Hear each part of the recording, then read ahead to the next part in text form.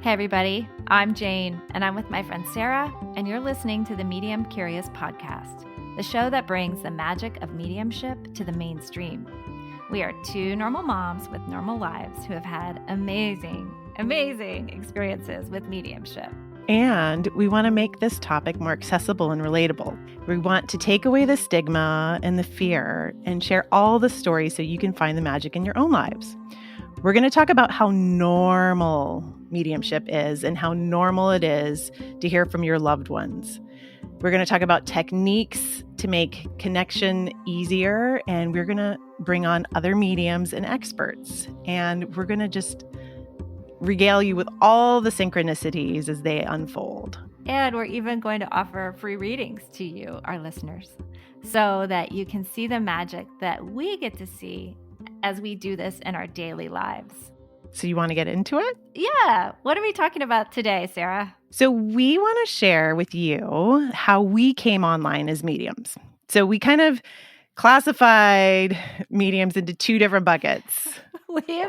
We've decided. We've decided that there's the natural born mediums like Tyler Henry and Laura Lynn Jackson, who saw spirit as kids, thought it was normal, thought everybody could see spirit like that, or the surprise medium, who didn't know that mediumship was a possibility, who didn't even know that, we're spirit, and found out that, lo and behold, you can talk to your loved ones in spirit. Your loved ones, your friends' loved ones, your dogs, your pets, your iguanas. You could talk to anything that once walked this plane is available and online. So we're going to find them. So shall we jump in? Let's do it. Okay. So tell me, are you a natural born medium or are you a surprise medium? I'm totally a surprise medium. Surprise! I had no idea. Actually, I really didn't think much about mediumship at all. I think most people come to mediumship, if they aren't a natural born medium, through an event of some kind. Yeah. Yeah. And by event, do you mean like someone crosses over? Like the loss of somebody. Yeah. Or like a need, there's a need to get in touch with somebody who's crossed over. I didn't even know that it was an option, quite honestly. Well, I had never been into woo at all. I didn't even, my only knowledge of mediums was, fortune teller. That's the impression that I had about it. And then my best friend lost her oldest child, who was 6.5 at the time. And he was best friends with my oldest child, who was also that age. And we needed to know what happened to him. We kind of needed to know how he was there one day and not the next. And how could someone be there and so present and so alive and then completely gone the next? We didn't know. Like, I knew deep down that he wasn't gone, that he couldn't be gone. So we went looking for him, and we did that through mediumship. And did you find him? Absolutely. We found him. We know he's still here. Yeah. Even yesterday, he was giving his mama some signs. So Beautiful. that's the beauty of knowing that we exist beyond our physical, which is really like the biggest gift that mediumship has given me. So how long ago was that for you? So he passed in 2015, and I don't think it was until 2019 when I was at a course that you were giving. You're my neighbor. You were my neighbor at the time. And we had just discovered that you were a medium, which was very exciting to us. And I went in support of my friend who wanted to take your mediumship class. I think she had set up the whole class. And I was just like, yeah, sure, I'll go. I'll check it out. I want to see what this is all about. I'll go. And I had no expectations whatsoever that I was going to be able to connect to spirit. Yeah. I remember you coming and you were like the friend. You were like, well, I love Eliza, so I'm going to be here supporting. And then we had, a whole day of mediumship class and exercises, and right at the very end. Well, you had everybody pair up with people, and it was an uneven number of students, and there was no one left for me to pair with. So you said, "I'll take you." I was like, no, I'm with the teacher. and I said, "I'm so nervous." And I remember you saying, "Great. That's great. You can be nervous. There's nothing wrong with that." And, I closed my eyes. It was so expansive for doing all of the meditation work that we had done earlier in that class.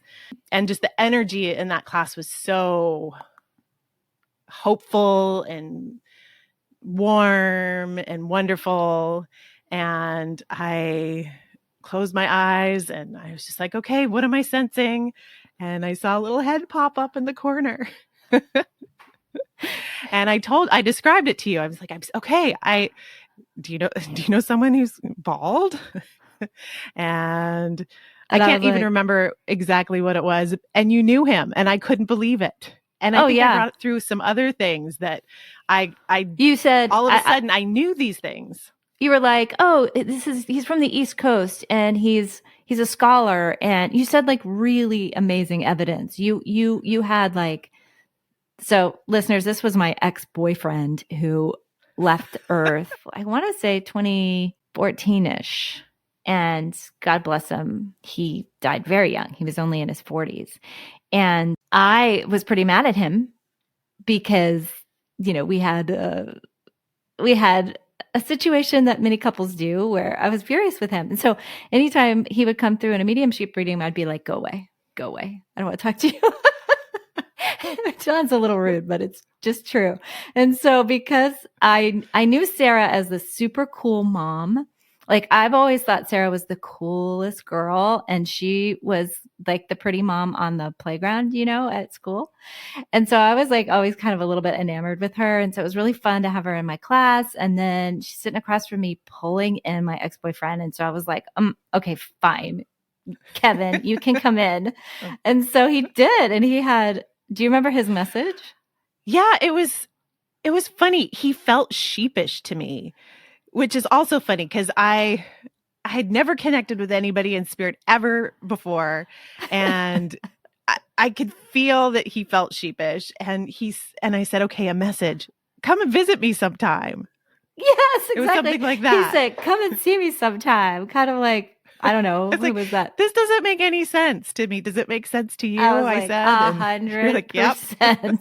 Because he knew at that point, I could talk to spirits, and he knew I was very much ignoring him. So he said, and it's very cute because he was a theater dude. He was a Shakespeare scholar, and we were high school sweethearts, and we had been in theater together, and we had like this whole kind of show biz kind of whatever in common. So isn't that Mae West?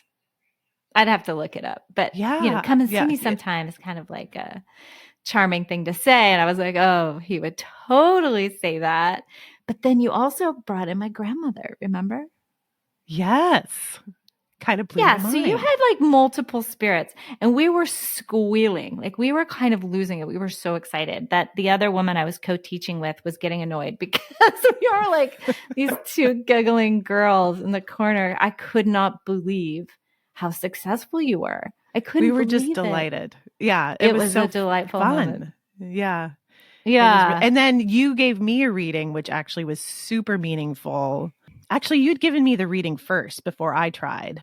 But yeah, the whole experience was so just opened me wide up. Except for then I had to go home and drink a bottle of wine because I was I felt so high. I felt so overwhelmed.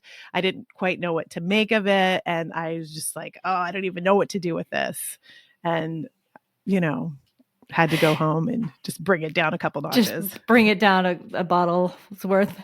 And then I remember seeing you like, I want to say a couple months later, or how much, remember we were both chaperoning a school field trip to the. Oh, that's right. And we sat on that like uncomfortable school bus together. Yep. And I full of fifth grade kids. Yeah. Fifth graders. Yeah. And we And you told me about how you just kind of shook for a couple of days and how the whole thing just like kind of blew you open. Yeah, I had no idea that that was even a possibility. But now that I've been doing this for a while, I know that everybody has this ability if they are willing to work at it. I've found some ways to make it easier too. Okay, so we'll save the how to make it easy for another episode. But back to being a surprise medium. So that's an interesting thing though. Like you just said, anyone can do it. But I think that you're kind of a combo of a surprise medium and a natural born medium, because when I sat with you and you were like, here's your ex-boyfriend and here's like a bunch of really clear, profound evidence. Like you knew where he was from. You knew, oh gosh, I'm gonna have to go back and look at my like journal. But you had like 4 or 5 really amazing pieces of evidence. And then you and I had forgotten that he was bald because I thought of him as a kid with like all the hair. But yeah, when he crossed over, he had lost all of his hair. And so he kept saying he's bald. And I was like, who's bald? And so this is just, and we'll talk about this a lot, is like when a person is getting a reading, sometimes the information that's coming through cannot land, even though it's 100% true. Because you're like, right, going, who's bald? I don't know. Well, so let's talk about that a little bit, because when you reciprocated, actually, you started reading for me first. You brought through somebody on a motorcycle. And I was like, I don't know anybody on a motorcycle. And you said, he feels like an uncle to me. And I was like, well, my uncle passed before I was born. Oh, but my dad rides a motorcycle. And then sure enough, like since I'd been practicing and all my practicing, my uncle comes through all the time with a motorcycle. It's like his symbol, even though he never rode a motorcycle.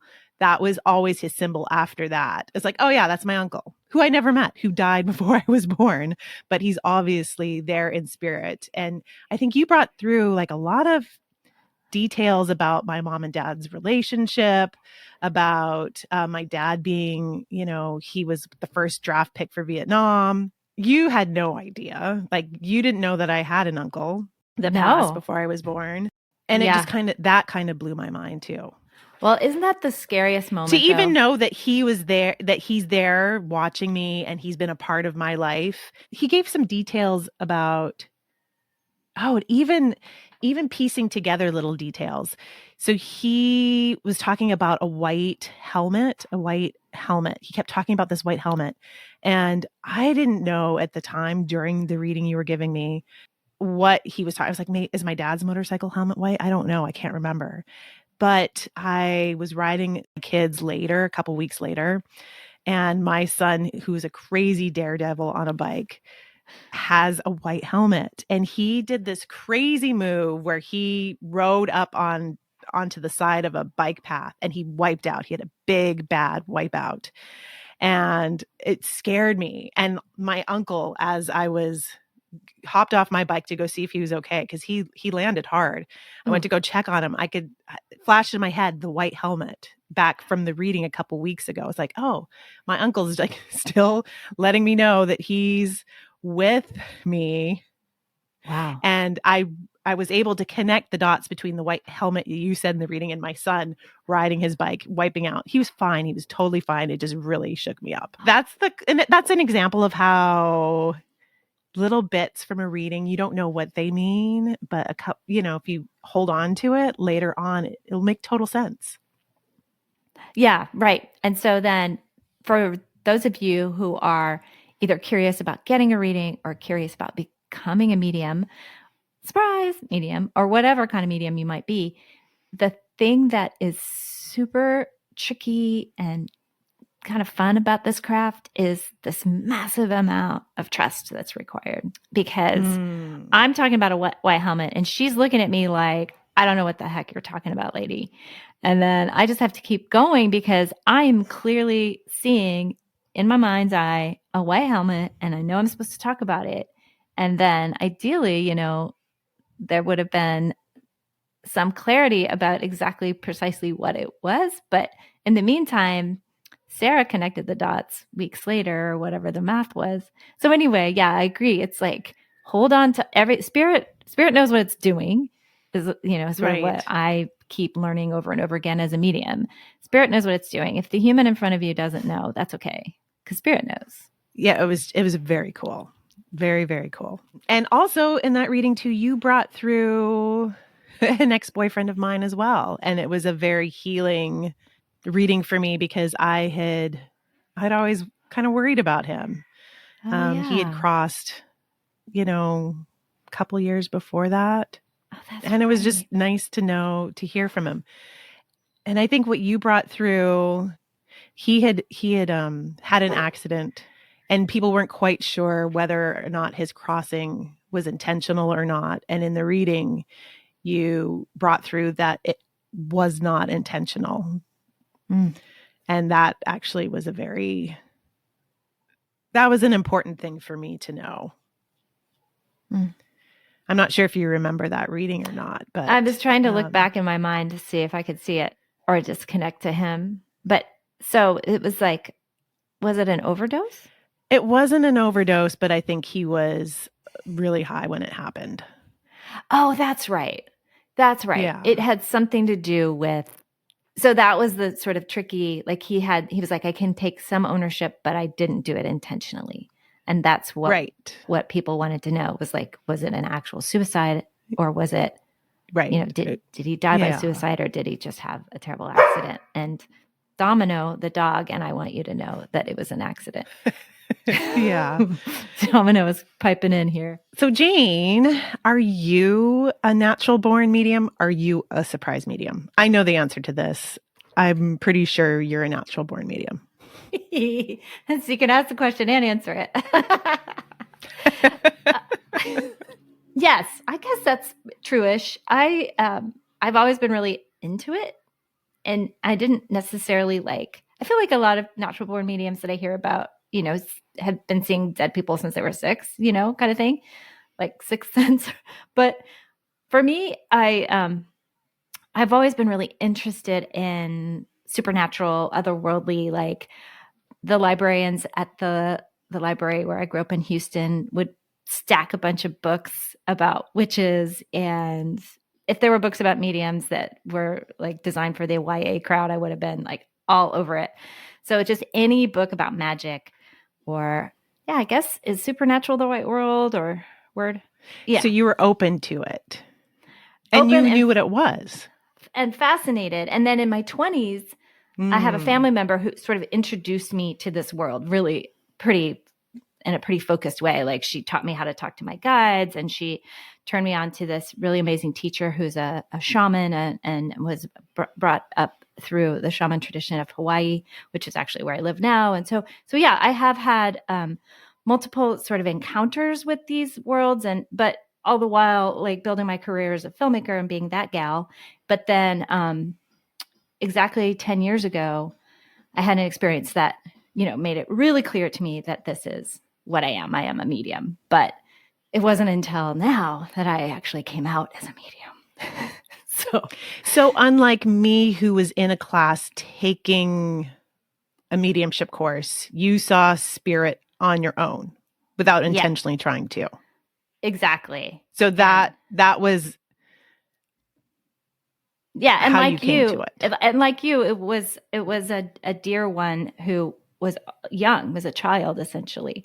Mm-hmm. So there was all the heartbreak that brought you into mediumship was actually what brought me into mediumship. And I think we're just discovering this kind of right now that we have this in common, that it was a sweetheart child who brought us into this.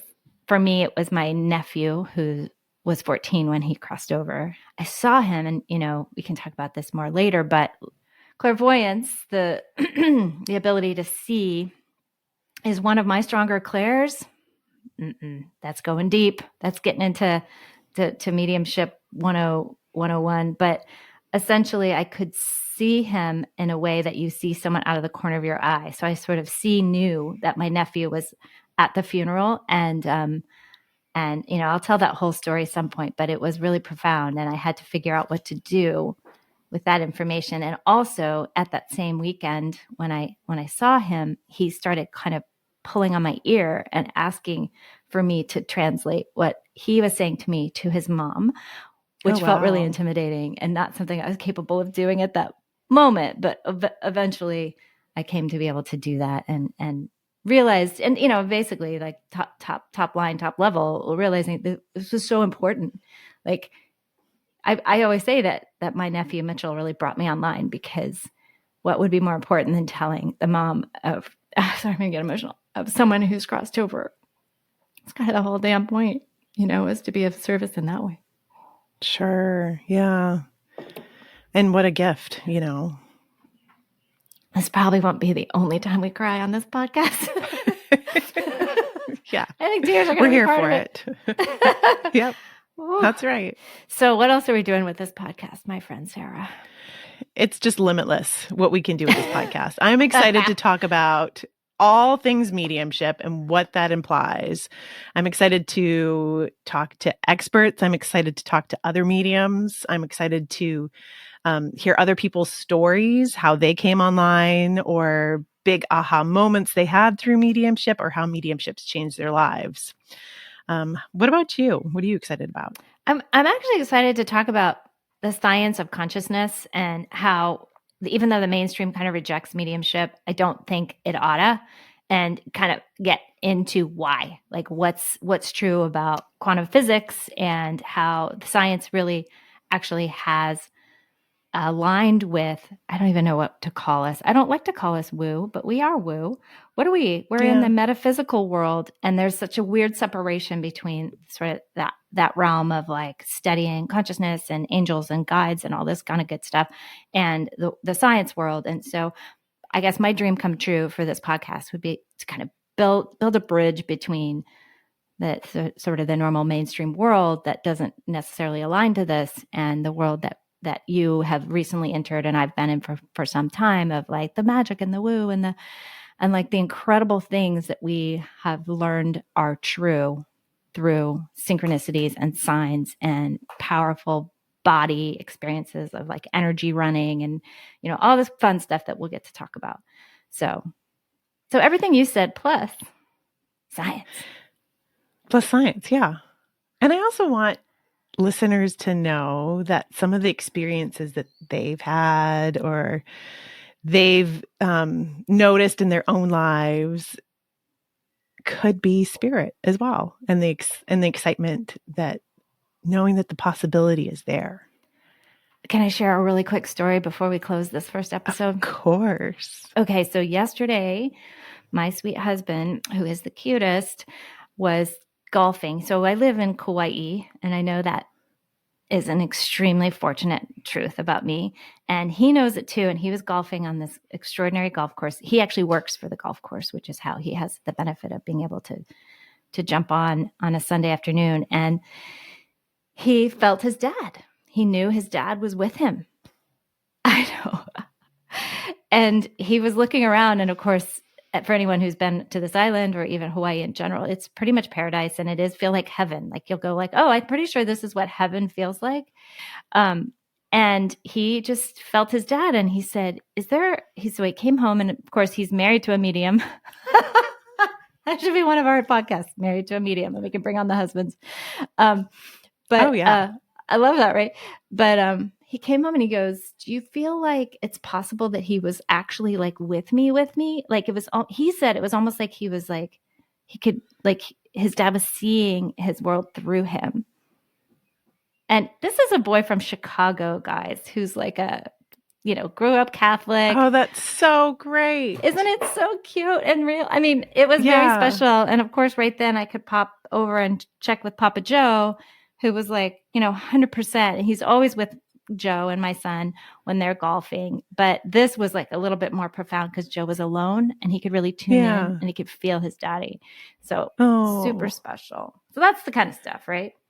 Oh, that's great. Well, I think that's how we can wrap it up. So if you are curious if that's a possibility, then join us next week. Join us next week to see where your curiosity and our curiosity will take us. So with that, curious friends, we'll see you real soon. Medium Curious is made possible by Jane Morgan Editing. Sarah Rathke made the amazing music. and Gigi Hawkins, podcast consulting. Our logo was created by Eric Allen. Kyle Hansen McKee, photography. And the dogs under the desk in Hawaii are Kalea and Domino. And Trixie in California.